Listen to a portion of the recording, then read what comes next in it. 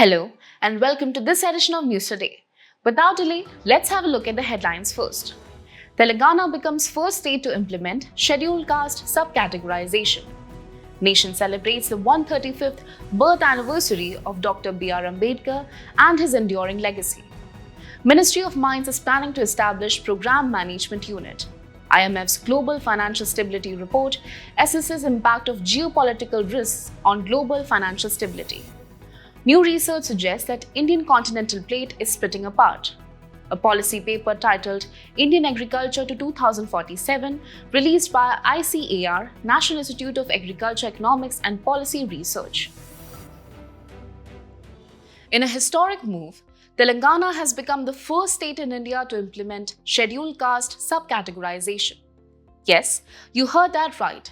The state has formally issued a notification to this effect, and the new categorization will apply in both employment under Article 16 Clause 4 and education under Article 15 Clause 4. Now, the significant step follows a major legal development. Let's look at the Supreme Court's verdict in the 2024 case of State of Punjab versus Davinder Singh. A 7-judge constitution bench in this case ruled that states can further subclassify scheduled caste and scheduled tribes. So, what exactly is SC subclassification?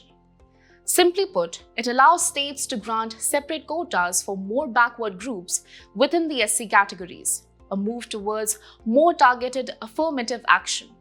Now, let's talk about what the Supreme Court observed in this landmark ruling.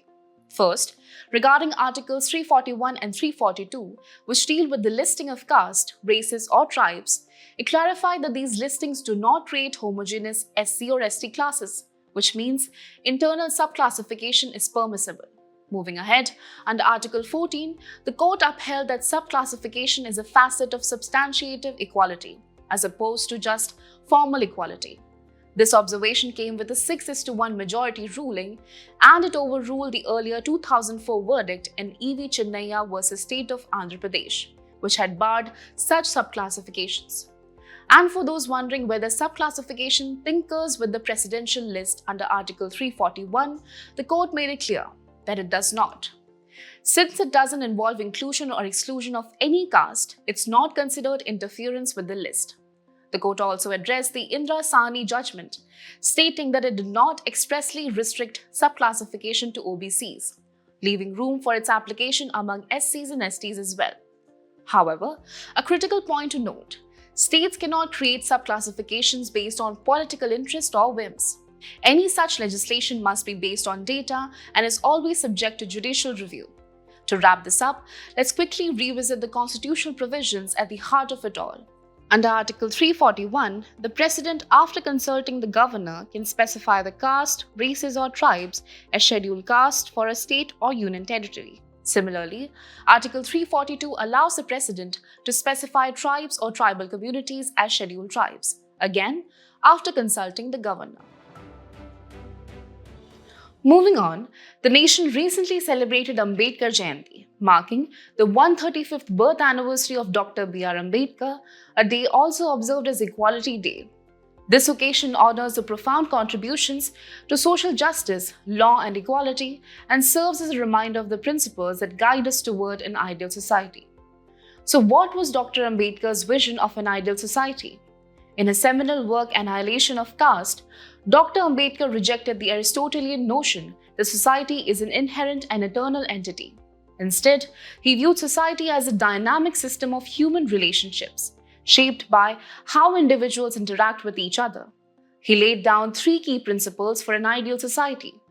First, the individual is an end in himself, meaning society exists for the growth of the individual, not the other way around. Second, the way people interact in society should be rooted in the values of liberty, equality, and fraternity. And third, an ideal society must ensure political, economic, and social justice, achieved through constitutional measures. Now, how do we realize such a society? According to Dr. Ambedkar, it starts with the abolition of the caste-based social order, using reason and morality as instruments of reform. He proposed state socialism, emphasizing the need to nationalize land and key industries to uphold the principle of one man, one value. Political equality was another core aspect of his vision. He believed in building a system where every individual has an equal share in power. And above all, he strongly advocated for constitutional methods to bring about social, economic, and political restructuring, clearly rejecting any form of violence. To understand this vision better, let's explore his thoughts on liberty, equality, and fraternity. To Dr. Ambedkar, liberty meant freedom from oppression and the right to make one's own choices, be it movement or profession. He emphasized the freedom to choose one's role, in contrast to the rigidity of the caste system. Equality for him was a guiding principle. While people may differ in their abilities, equality ensures that everyone starts with the same opportunities, making way for fair competition. And finally, fraternity, a sense of unity and belonging.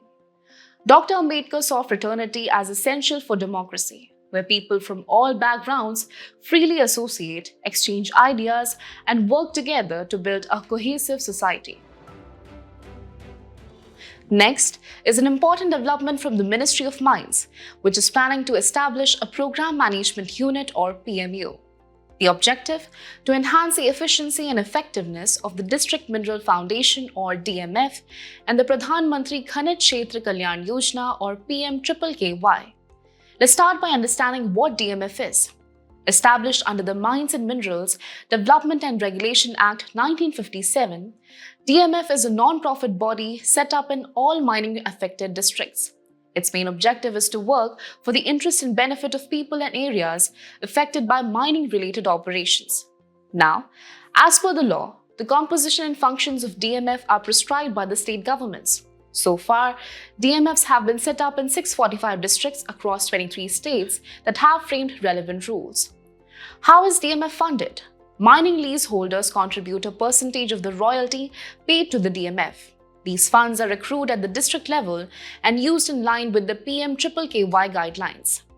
Speaking of PMKKY, the scheme is designed to implement developmental and welfare projects.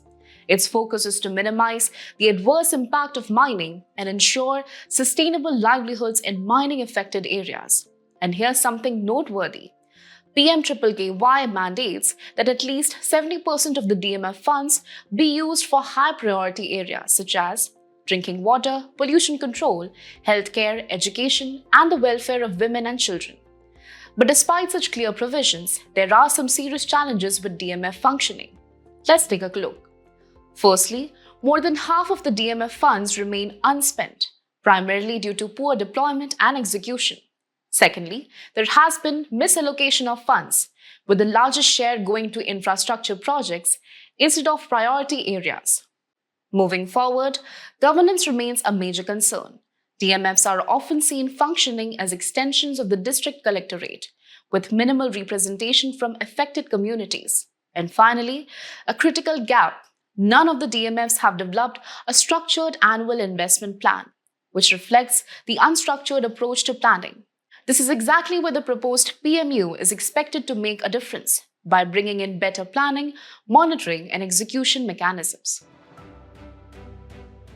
Now, we bring you insights from the latest Global Financial Stability Report released by the International Monetary Fund. The report raises a crucial point. Global geopolitical risks remain elevated, and their potential impact on microfinancial stability is a growing concern. So what exactly are these geopolitical risks? They include multiple threats to global supply chains, ranging from geopolitical rivalries, conflicts, and competition for resources to cyber attacks. Adding to this are tectonic shifts in global power, economic centers, and trade patterns, as new alliances and investment hubs continue to reshape the world order. There's also a growing fragmentation in the global tax environment. While some countries are adopting the minimum global tax, others are withdrawing from multilateral tax frameworks. And not to forget, demographic, technological, and cultural pressures are weighing heavily on workforces. Now, we're looking at aging populations, mass retirements, falling birth rates in developed nations, increasing cultural divides, and the rapid integration of AI. Now, let's understand the implication of these risks. First, there's sovereign risk. With rising military spending and economic downturns, public debt to GDP ratios are surging, raising concerns around fiscal sustainability.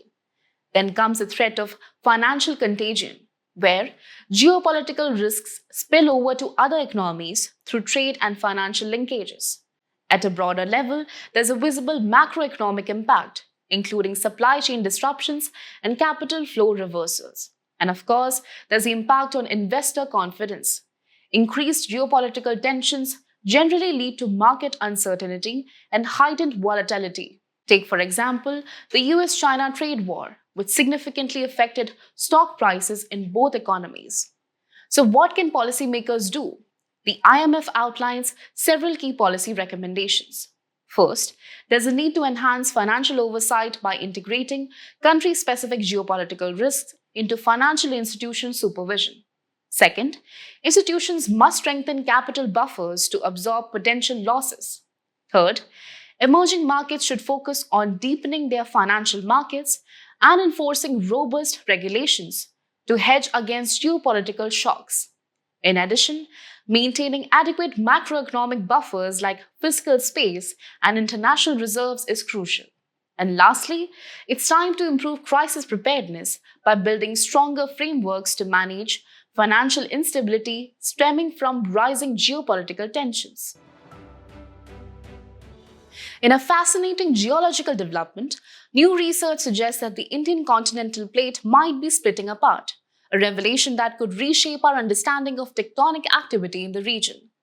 Let's start with the basics.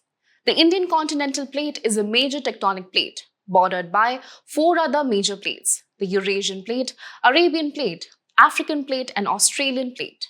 Now, for millions of years, the Indian plate has been on the move. It began its northward journey around 60 million years ago, and it continues to converge with the Eurasian plate. This movement is responsible for the formation of the Tibetan Plateau and the mighty Himalayan mountains. Traditionally, scientists have relied on two main theories to explain this geological activity. The first is underplating, where the denser Indian lower crust slides beneath the less dense Eurasian crust as the two plates converge. The second is subduction, a process where the denser plate in a tectonic collision slides beneath the other. But here's the catch: continental plates are thick and buoyant, unlike oceanic plates, so they don't subduct easily into the mantle during collisions. And now, there's a third theory gaining attention. Recent research proposes that the Indian plate might be undergoing delamination and essentially splitting apart as it pushes beneath the Eurasian plate. So, what is delamination? It occurs when a plate's dense lower section peels away and sinks deeper into the Earth's hot mantle, a process that could be unfolding beneath our feet right now. This new insight not only deepens our understanding of tectonic dynamics, but also adds another layer to the story of how the Himalayas and the Tibetan Plateau came to be. Now, we will talk about a new policy paper that takes a long-term view of India's agricultural future. Titled Indian Agriculture to 2047, this paper has been released by the ICAR National Institute of Agriculture Economics and Policy Research, or ICAR NIAP.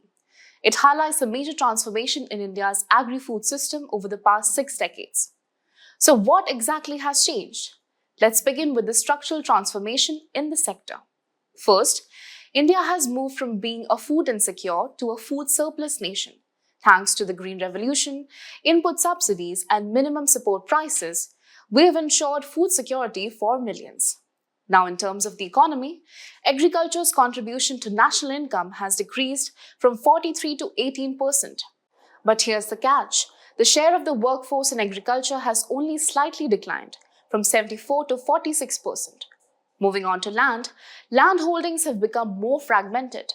The proportion of marginal holdings, which are less than or equal to 1 hectare, rose from 51 to 68%, and the average size of land holdings shrank from 2.28 to 1.08 hectare. The sector has also diversified.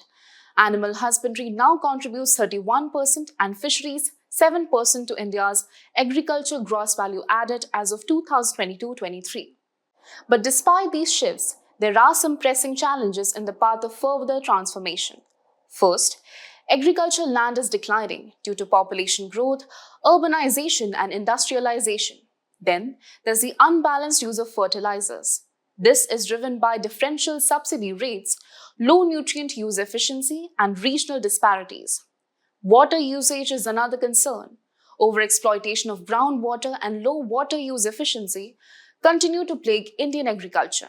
And let's not forget climate change. It has already led to a 25% reduction in agriculture productivity growth due to extreme climate events. There are also other structural issues, such as underdeveloped markets, weak credit and value chains, and cereal-centric policies that haven't evolved with the times. So, what does the paper recommend for a sustainable agri-food system transformation? Water management is a key focus. There's a strong push to promote rainwater harvesting, groundwater recharge, and micro-irrigation. On the reform front, it suggests phasing out electricity subsidies, using nano-fertilizers, and adopting sustainable practices like crop rotation and intercropping. And finally, the paper calls for greater investment in agricultural research and development, strengthening market infrastructure and value chains, and reforming agricultural price policies. Clearly, the road to 2047 is filled with opportunities as well as challenges. In today's Personality in News, we will talk about Chettur Sankaran Nair. Prime Minister remembered Chettur Sankaran Nair, who was sued by Lieutenant Governor of Punjab Michael O'Dyer for accusing him of the 1919 Jallianwala Bagh massacre. Now, let's talk about some key facts about Chettur Sankaran Nair. He served as permanent judge of the Madras High Court and was appointed as secretary to the Raleigh University Commission in 1902. He became a member of the Viceroy's Council in 1915 with charge of the education portfolio. He became the youngest president of the Indian National Congress in 1897 during the Amravati session. On social reforms, he held that those who converted to Hinduism could not be treated as outcaste in the Bodasana versus Fatima judgment of 1914. In other cases, he upheld intercaste and interreligious marriages. And in the world of literature, his works include Gandhi and Anarchy, articles in the Madras Review, and contributions to the Madras Law Journal. As we conclude today's main news, let's have a look at some quick updates. The ONDC operates under the Department for Promotion of Industry and Internal Trade, which falls under the Ministry of Commerce and Industry. Its primary aim is to promote an open e-commerce network that connects shoppers, platforms, and retailers over digital or electronic networks. The Bureau of Energy Efficiency, or BEE, is intensifying its enforcement of the standards and labeling program by cracking down on fake star ratings.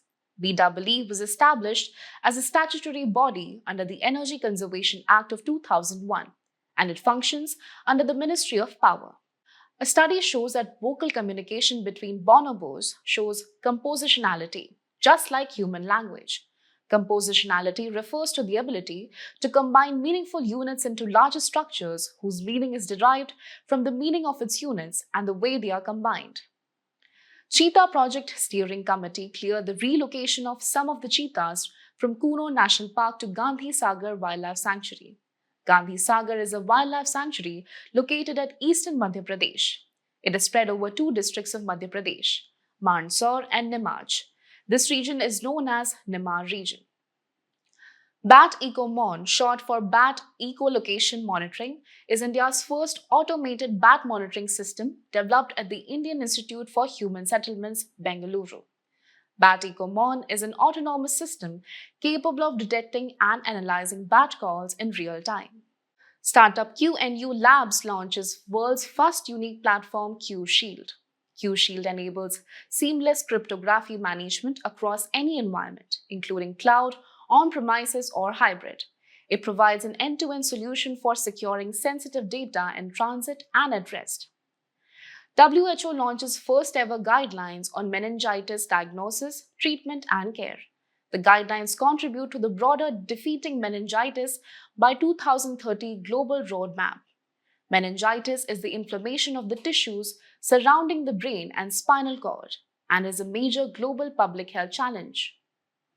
European Space Agency is set to launch its Biomass mission. Biomass mission will consist of a single LEO or low Earth orbit satellite platform carrying the SAR or synthetic aperture radar instrument. Biomass is the first satellite to carry a P-band SAR, an innovative instrument capable of penetrating forest canopies to measure the woody trunks, branches, and stems where carbon is primarily stored. Before we sign off, let's challenge your understanding in today's installment of Test Your Learning.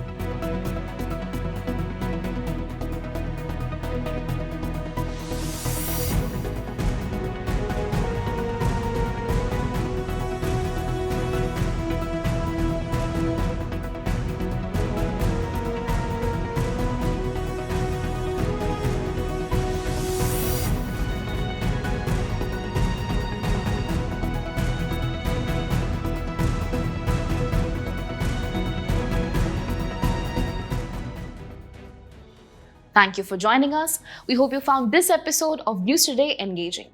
For the solutions to the quiz and to access the PDF version of News Today, remember to visit the provided links in the description.